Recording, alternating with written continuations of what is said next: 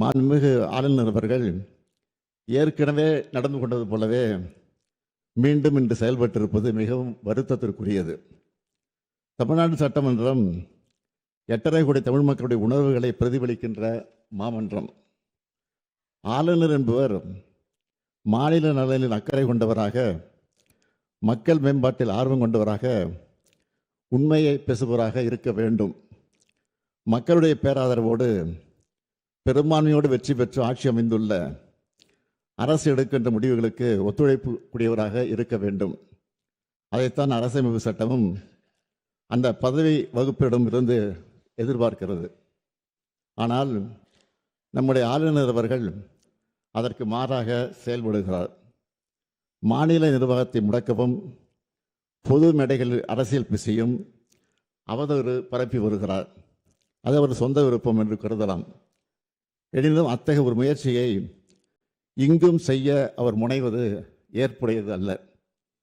நூற்றாண்டு விழா கொண்டாடி சீரும் சிறப்போடும் இயங்குகின்ற பேரவையின் புகழ் மங்கிடாத வகையில் பாதுகாத்து வந்த சான்றோர்களின் வழித்தடத்தினை பின்பற்ற வேண்டிய கடமை நமக்கு உள்ளது. வரலாற்று பெருமை கொண்ட பேரவையின் மாண்பினை பாதுகாக்க வேண்டிய முதல் பொறுப்பு எனக்கு உள்ள காரணத்தால் கீழ்காணும் தீர்மானத்தை மாண்புமிகு பேரவைத் தலைவர்களின் இசைவோடு சட்டமன்ற பேரவை விதி 17 தளர்த்தி முன்மொழிந்திட அனுமதி கோருகிறேன். அனுமதி அளிக்கப்படுகிறது. நன்றி. தீர்மானம். ஏற்கனவே உள்ள நடைமுறைகளை பின்பற்றி தமிழ்நாடு அரசால் தயாரித்து அனுப்பி வைக்கப்பட்ட ஆளுநர் உரையை பேரவையில் படிக்காமல் மாண்புமிகு ஆளுநர் அவர்கள் சென்று வருவதை இப்பேரவை ஏற்கவில்லை.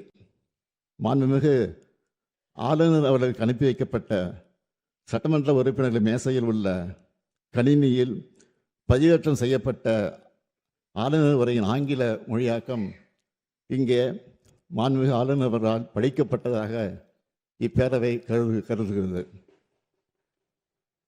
அவ்வாறே அவை குறிப்பில் நடவடிக்கை குறிப்புகள் இடம்பெறலாம். மேலும் மரபு வழி நிகழ்வுகள் மாண்புமிகு பேரவைத் தலைவர்களால் படிக்கப்பெறவுள்ள ஆளுநர் உரை தமிழாக்கம் மற்றும் நான் முன்மொழிகின்ற தீர்மானம், அதன் முடிவு ஆகியவை மட்டும் பேரவை நடவடிக்கை குறிப்பில் இடம்பெறலாம் எனும் தீர்மானத்தை நான் மொழிகிறேன். இந்த தீர்மானத்தை அனைத்து உறுப்பினர்களும் ஒருமனதாக நிறைவேற்றி தர வேண்டி அமைகிறேன்.